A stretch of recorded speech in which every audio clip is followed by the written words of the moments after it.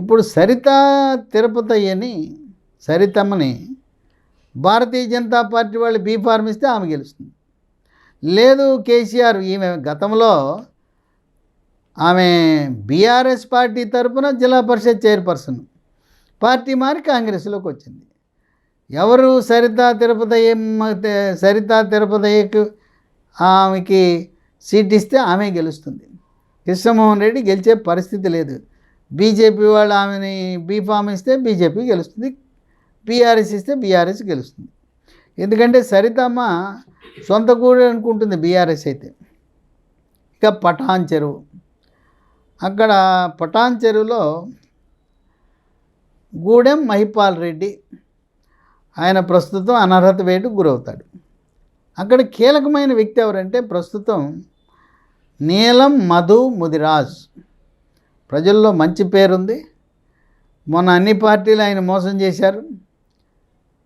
ఆయన బీఆర్ఎస్ ఇవ్వలేదని కాంగ్రెస్ నమ్ముకుంటే కాంగ్రెస్ ఇవ్వలేదు, 2 పార్టీలు ఇవ్వలేదని చెప్పి ఆయన వెళ్ళి ఏనుగు పార్టీ బీఎస్పీ పార్టీ తరఫున పోటీ చేశాడు. బీఎస్పీ పార్టీ తరఫున కూడా గౌరవప్రదంగా ఓట్లు వచ్చినాయి, 45,000 దాకా ఓట్లు వచ్చినాయి. ఈ నీలం మధు ముదిరాజు ఈటెల రాజేందర్తో ఇద్దరు ఒకే సామాజిక వర్గం అవటంలో నీలం ముదిరాజుని బీజేపీలోకి లాగి బీజేపీ పార్టీ తరఫున నీలం మధు ముదిరాజుకి టికెట్ ఇస్తే పటాన్ చెరువులో బీజేపీ విజయం సాధిస్తుంది. లేదు కేసీఆర్ ఆయన్ని లాగి ఆయన్ని ఆకర్షించి నీలం మధు ముదిరాజుకి సీట్ ఇస్తే అది బీఆర్ఎస్ గెలుస్తుంది. ఆ విధంగా ఆ మధు విజయ అవకాశాలు ఉన్నాయి. ఇక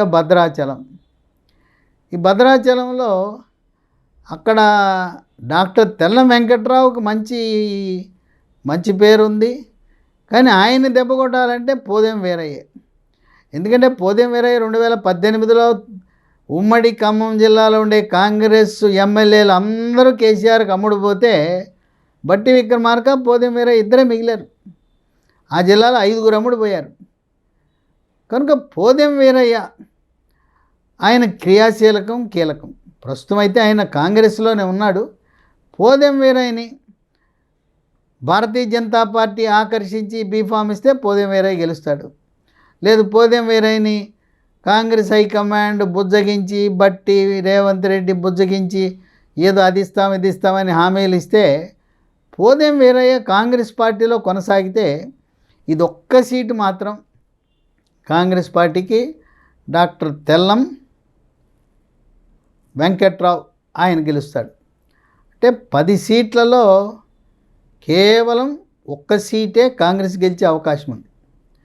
లేదా 2014లో తెలుగుదేశం పార్టీ తరపున ఫణీశ్వరి అని రిటైర్డ్ ఎండిఓ ఆమె పోటీ చేసింది. అప్పుడు స్వల్ప ఓట్ల తేడాతో ఓడిపోయింది. సున్నం రాజయ్య సిపిఎం పార్టీ తరపున ఆయనకి 57,000, ఫణీశ్వరికి 55,000. ఫణీశ్వర్ని రంగంలో దింపితే ఆమె ఈ తెల్లం వెంకట్రావుకి గట్టి పోటీ ఇస్తుంది. గెలిచినా కూడా గెలవచ్చు. కనుక ఇప్పుడు భారతీయ జనతా పార్టీ వాళ్ళు ఫణీశ్వర్ని ఆకర్షించి, ఎందుకంటే ఆమె తెలుగుదేశం పార్టీ చంద్రబాబు నాయుడు చెప్తే వింటుంది, ఆమెను రంగంలో దిగితే ఆ సీటు కూడా కోల్పోతారు. ఇప్పుడు భారతీయ జనతా పార్టీకి ఏంటి కలిసి వచ్చే అంశాలు? ఎందుకు పార్లమెంటు తర్వాత బాగా బలపడింది భారతీయ జనతా పార్టీ. ఇప్పుడు కృష్ణ మాదిగతో కలిసి ఆనాడు ప్రధానమంత్రి మోదీ సికింద్రాబాద్ పెరేడ్ గ్రౌండ్లో ఒక సమావేశం పెట్టారు.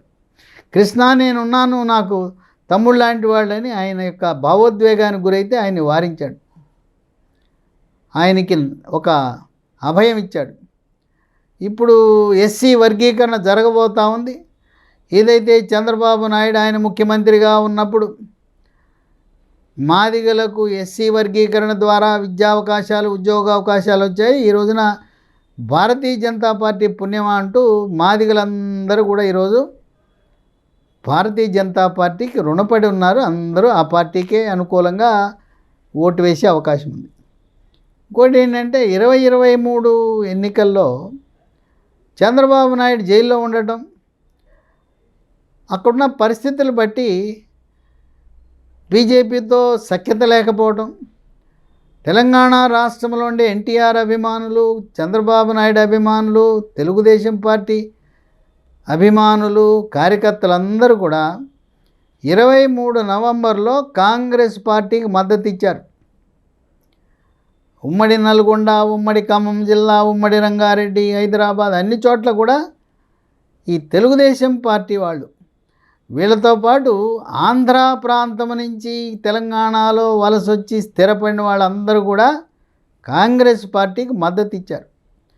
ఇప్పుడు భారతీయ జనతా పార్టీ, తెలుగుదేశం పార్టీ, జనసేన కలిసి కూటమి ఏర్పడిన తర్వాత ఇప్పుడు ప్రస్తుత పరిస్థితుల్లో ఈ సాఫ్ట్వేర్ రంగ నిపుణులు, ఆంధ్ర ప్రాంతం నుంచి వచ్చి స్థిరపడిన వారు, ఇంకా వాళ్ళని ఏదో సెటిలర్స్ అంటూ ఉంటారు, వాళ్ళు సెటిలర్లు కాదు, తెలంగాణ వాళ్ళే, వాళ్ళు కమ్మ సామాజిక వర్గానికి చెందినవారు, ఎన్టీఆర్ అభిమానులు, చంద్రబాబు నాయుడు అభిమానులు, తెలుగుదేశం పార్టీ కార్యకర్తలు, శ్రేణులందరూ కూడా భారతీయ జనతా పార్టీకి మద్దతు ఇస్తారు.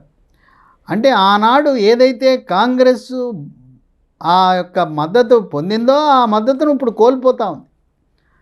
అలాగే జనసేన పార్టీకి కులపరంగా కాపు, బలిజ, తెలగ, ఒంటరి, తూర్పు కాపు, మున్నూరు కాపు, తర్వాత మెగాస్టార్ అభిమానులు, మెగాస్టార్ కుటుంబంలో ఉండే వారు అందరికీ అభిమానులు, పవర్ స్టార్ పవన్ కళ్యాణ్ అభిమానులు, వీళ్ళందరూ కూడా భారతీయ జనతా పార్టీకి మద్దతు ఇస్తారు. ఆ విధంగా భారతీయ జనతా పార్టీ ఈ రోజున అన్ని పార్టీల కంటే కూడా ముందంజలో ఉంది. మరి కొన్ని కార్యక్రమాలు జరగటం, అయోధ్యలో రాముని దేవాలయం, బాలరాముని దేవాలయ నిర్మాణం, తర్వాత ఇప్పుడు వక్ఫ్ బిల్లు ఆమోదం పొందటం, తర్వాత కుంభమేళా జనవరి 13 నుంచి ఫిబ్రవరి 26 వరకు దాదాపు ప్రపంచ దేశాల నుంచి 45 కోట్ల మంది ఈ యొక్క కుంభమేళాలో పాల్గొనడం. కుంభమేళా అంటే 144 సంవత్సరాలకు ఒక్కసారి వస్తుంది. అటువంటి దాన్ని విజయవంతంగా నిర్వహించి హిందూ ఓట్లన్నీ కూడా ఏకతాటిపై వచ్చేలా చేయటం తెలంగాణలో భారతీయ జనతా పార్టీకి కలిసి వచ్చే అంశం. ఇంకోటి ఏంటంటే ఇప్పుడు స్టేషన్ గన్పూర్, చేవెళ్ళ 2 చోట్ల కూడా మాదిగ సామాజిక వర్గం అభ్యర్థి కావాలి. ఒకవేళ కావాలంటే భారతీయ జనతా పార్టీకి స్టేషన్ గన్పూర్లో రాజే అంగీకరించకపోతే కృష్ణ మాదిగని అక్కడ రంగంలో దింపచ్చు. లేదు చేవెళ్ళలో రత్నం సరిపోడు అని అనుకుంటే కృష్ణ మాదిగని రంగంలో దింపచ్చు. కనుక 2 ఎస్సీ నియోజకవర్గాల్లో కూడా భారతీయ జనతా పార్టీ మాదిగ సామాజిక వర్గానికి ప్రాతినిధ్యం ఇచ్చే వ్యక్తులను పెట్టడం ద్వారా విజయం సాధించవచ్చు. ఇప్పుడు ఉన్న పరిస్థితుల్లో రేవంత్ రెడ్డి పూర్తిగా బలహీనుడైపోయాడు. సొంత పార్టీలో 11 మంది ఎమ్మెల్యేలు తిరుగుబాటు ప్రారంభించారు. ఇంకొక 6 కూడా ఉన్నారు, వాళ్ళు బయటపడటం లేదన్నారు. 16 మంది అంటున్నారు, బయటపడింది 11 మంది. ఇక 3 మంత్రులు కూడా మొత్తం తెలంగాణ ప్రభుత్వం నిర్వహించేది 3 వ్యక్తులే అని చెప్పుకుంటున్నారు. రేవంత్ రెడ్డి, పొంగులేటి శ్రీనివాసరెడ్డి, బట్టి విక్రమార్క. ఇదేదో ఒక ప్రైవేట్ కంపెనీలా 3 నిర్వహిస్తున్నారు. మిగతా మంత్రులకు ఏమీ లేదు, ఎమ్మెల్యేలు వాళ్ళకి ఏమీ ప్రాధాన్యత లేదు. మిగతా మంత్రులు నామకే వాస్తేగా ఉన్నారని చెప్పి మరో 3-4 మంత్రులు కలిసి వాళ్ళేదో రహస్య మంతనాలు పెట్టుకుని ఇప్పుడు రేవంత్ రెడ్డి సీటు కూడా ఎసరొస్తుందేమో అని కొన్ని ఊహాగానాలు ఉన్నాయి. ఏదేమైనా భారతీయ జనతా పార్టీ ప్రస్తుతం ఉన్న ప్రభుత్వాన్ని కూల్చే ప్రయత్నం ఎట్టి పరిస్థితుల్లో చేయదు. ఎందుకంటే 2029లో జరిగే జమిలి ఎన్నికల్లో సునాయాసంగా అప్పుడు మహిళా రిజర్వేషన్ అమలవుతుంది. 119 సీట్లలో 153 సీట్లు అవుతాయి. సునాయాసంగా 153లో 100 సీట్లతో గెలిచే అవకాశం ఉన్నప్పుడు ఏమీ తొందరపడరు. కనుక భారతీయ జనతా పార్టీ ప్రేక్షక పాత్ర పోషిస్తూ ఇప్పుడు ఈ ఉప ఎన్నికలు వస్తే ప్రస్తుతం ఉన్న 8 మంది బీజేపీ శాసనసభ్యులకు అదనంగా కనీసం మరొక 5గురు భారతీయ జనతా పార్టీ తరపున గెలిచి శాసనసభలోకి ప్రవేశించే అవకాశం ఉందని రాజకీయ విశ్లేషకులు భావిస్తున్నారు. ప్రస్తుతం ఇప్పుడు ఇస్తున్న ఈ సుప్రీంకోర్టు యొక్క తీర్పు దేశవ్యాప్తంగా సంచలనాన్ని సృష్టించబోతా ఉంది. అప్పుడు కేసీఆర్ 18 మంది కాంగ్రెస్ ఎమ్మెల్యేలు గెలిస్తే 12 మంది కాంగ్రెస్ ఎమ్మెల్యేని సంతలో పశువులా కొనుగోలు చేశాడు. కొనుగోలు చేసినప్పుడు అప్పుడు ఉండే శ్రీధర్ బాబు కానీ, బట్టి విక్రమార్క కానీ, కోమటిరెడ్డి రాజగోపాల్ రెడ్డి కానీ వాళ్ళు సుప్రీంకోర్టుకి వెళ్ళటంలో వైఫల్యం చెందారు. 5 ఏళ్ళు అలాగే గడిపేశారు. కానీ ఇప్పుడు సుప్రీంకోర్టు న్యాయమూర్తి జస్టిస్ గవాయ్ ఆయన చేతిలో పడింది కనుక రాజ్యాంగ విలువలకు కట్టుబడి ఈ 10 మందిని అనర్హత వేటు తథ్యమని చెప్పి న్యాయ కోవిదులు, న్యాయ నిపుణులు భావిస్తున్నారు.